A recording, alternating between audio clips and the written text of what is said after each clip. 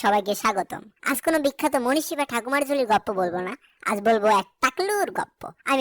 আমার জীবনের গপ্প। তো চলো শুরু করি। পৃথিবীতে 3 ধরনের মানুষ রয়েছে, এক উচ্চবিত্ত, মধ্যবিত্ত, নিম্নবিত্ত। আমি ছিলাম মধ্যবিত্ত ঘরের সন্তান, কিন্তু আমার চুলগুলো ছিল উচ্চবিত্ত। আবার এই চুলের অহংকারও ছিল অতি উচ্চবিত্ত।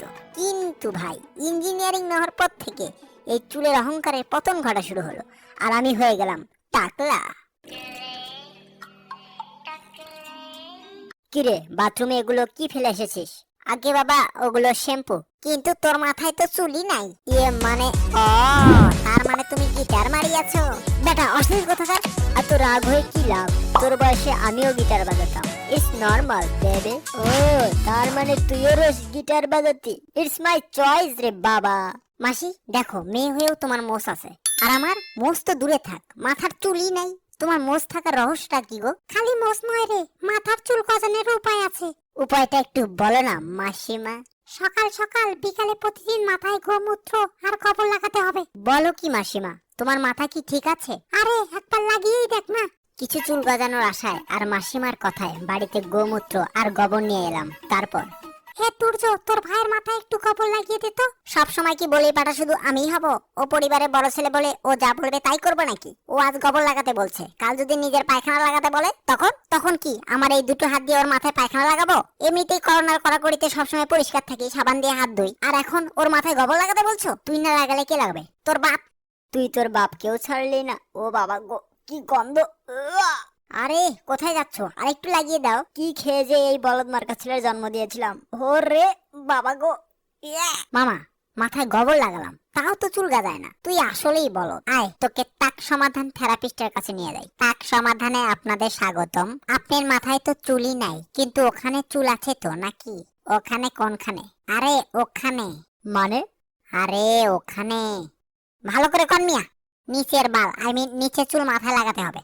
আরে পাগল নাকি বে? মাথার চুল পড়ে একদিকে চান্দুষ্টিটাম হয়ে যাচ্ছে, আর উনি এসব কি অশ্লীল কাজ করতে বলছেন? সি দুর্বাল, লাগাবোই না। কাল মেয়ে পক্ষের লোকেরা আমায় দেখতে আসছে, যদি দেখে আমি টাকলা তাহলে তো বিয়েই হবে না, সারা জীবন সিঙ্গেল থাকতে হবে রে। চিন্তার কোনো কারণ নেই দোস্ত, এমন ভাবে চুলের মেকআপ করে দেব না কেউ বুঝতেই পারবে না যে তুই টাকলা। ব্যাস, চুলের মেকআপ করে মেয়ে দেখতে গেলাম। মেয়েকে দেখেই মনে ঘন্টা বেজে উঠলো, আর মনে হচ্ছিল সিঙ্গেল থাকার সার্থকতা আজ বুঝি পেয়ে গেছি। কিন্তু বেশিক্ষণ শাক দিয়ে মাছ আর ঢাকতে পারলাম না, সব ভেসে গেল। এটা দেখে মেয়ে পলায়ন করিল, আর আমার বিয়ে হলো না। ভেবেছিলাম জীবনে কখনো চিটিংবাজি করব না, কিন্তু হরিপদ বাবুর চিটিংবাজি বুদ্ধি থেকে আমার মনেও চিটিংবাজি সুরসুরি জেগে উঠলো। ব্যাস, আমিও নকল চুল লাগিয়ে হয়ে গেলাম সুপার যৌবন স্টার। আর তখন আমার লাইফে একটাই গোল ছিল, সেটা হলো আমার ক্রাশ মধুকে বিয়ে করা। আর ও সাধারণ কোনো মেয়ে ছিল না, ও ছিল টিকটক স্টার। ওর সঙ্গে প্রতিদিন সকালে ডুয়েট করতাম। कोई बात नहीं सेनोरिटा, कोई बात नहीं। बड़े बड़े देशों में ऐसी छोटी छोटी बातें होती रहती हैं। কিরে, সাত সকালে হিজড়াদের মতো করছিস কেন? আরে না দাদু, আমি তো ব্যায়াম করছি। এতদিনে ওর সাথে ডুয়েট করতে করতে অনেক ফেমাস হয়ে গেলাম। তারপর একসাথে অনেক টিকটক ভিডিও করলাম। আমার রডে বসিয়ে বেল বাজাবো, ও তুই হেলান দিবি আমার কোলে, আই সজনী চড়বি আমার হিরো সাইকেলে। আমার ঘরে আমি মেম্বার, আমার বউ চেয়ারম্যান।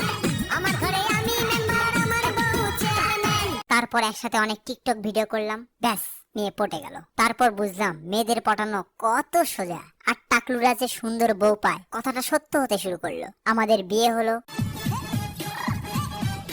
তারপর ওয়ার্ল্ড কাপ খেলার সময় আমার চান্দু মাথাটা ভাসমান হইয়া উঠিল। বউ এই মাথাখানা দেখিয়া বলিল, কি রে তুই তো টাকলু। এরপর থেকে উঠতে বসতে আমার বউয়ের একই কথা, আমার বর তো টাকলু। এরপর আমার ডিভোর্স হইল, আর আমি আমার চিটিংবাজির ফল পাইলাম। সেজন্য কাউকে ভালোবাসলে তার রূপ সৌন্দর্য শরীর দেখে ভালোবেসো না, তার মন দেখে ভালোবেসো। কারণ রূপ সৌন্দর্য একদিন তোমার চুলের মতোই ঝরে পড়ে যাবে, কিন্তু মন ওটা কখনো ঝরে যাবে না, বরং আরো মজবুত হবে। আর তুমি যদি মন না দেখে শুধু সুন্দরী বলেই মেয়ের পিছে আমার মতো লেগে থাকো, তাহলে বস তুমি শেষ। টাকা তো যাবেই, সাথে শেখা ফ্রি। তো ঠেকে নয়, দেখে শেখো। তুমি যেমন আছো তেমনই থেকো, কারণ তুমি ওটাতেই শ্রেষ্ঠ।